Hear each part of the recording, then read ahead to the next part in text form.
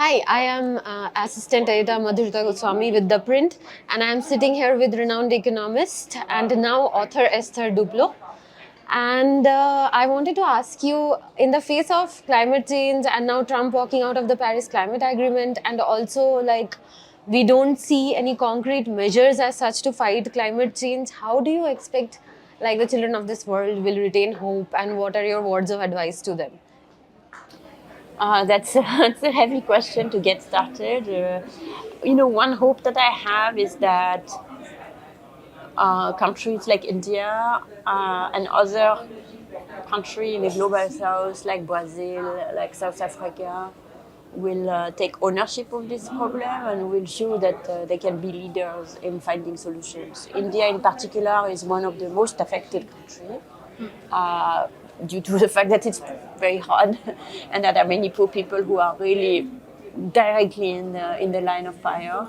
And I think we need to, as a country, India will need to figure out how to solve this problem, and it can. It also has a lot of the resources to do it. And maybe that could be a silver lining of Trump in the White House to say, okay, it's not going to happen with the Americans. But do you see that it can happen with India? Because we are also in a situation where our economy is so heavily skewed towards the people who have money, and then there are the rest of us. I think it can happen. I think everyone, including the people who have money, can and should realize that we're in this together, and that unless it's a habitable country for all of its population, then it's not going to be a functional country for anyone. And I'm hoping that everyone will realize that. And there are many opportunities in India because there are many investments to be taken in the sense of India is growing, but it's at the beginning of the process. So it's not yet saddled with all sorts of bad infrastructure like they have in the US that they have to undo before they can start doing something else. So we could also see it as an opportunity to invest in the right way, to go in the right way, and hopefully even the rich people will understand that that's really indispensable because people need to be alive to enjoy the project. So eventually they'll need them one way or the other. Right. And during the session, I was hearing that you are talking about how you read about Kolkata, about like people living in 1 square meter, and you thought that's how they lived. So tell me, when you came to India and you saw how it was, what were the starkest markers of poverty in India?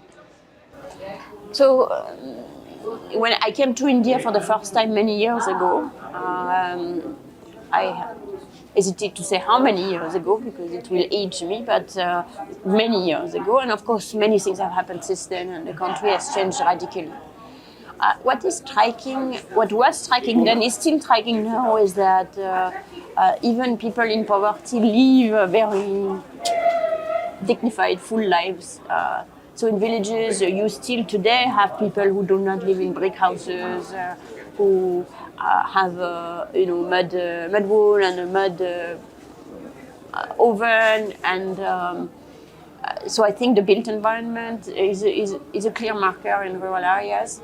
In urban areas, of course, is the way the slums are functioning. What people complain when they come to the city is really they love many things about the city, including the jobs, the schools, etc. But the environment they really hate. So that kind of relates a little bit to our first question: is that we need to take care of that. Yeah. And do you see any examples in India, like you are talking about India taking a lead when America has to undo stuff and India can create new stuff? So, in what sectors do you think India can do that or is doing that? Well, an obvious path for India is obviously solar because it has a lot of sun, and its beginning, of course, it's as any business opportunity, it creates its own challenges, but there is certainly an effort in this direction. The one thing that you do see is vehicles. Instead of, first of all, for example, Delhi managed the CNG transition many years ago with a lot of success. and at that time really improved the air pollution in India. But then problems restarted and Delhi is irrespirable again. But those are two opportunities. I think one taken with the CNG, and now we need the new transition to the electric vehicle. That's not fully taken. Right. Thank you so much Thank you. for talking with me.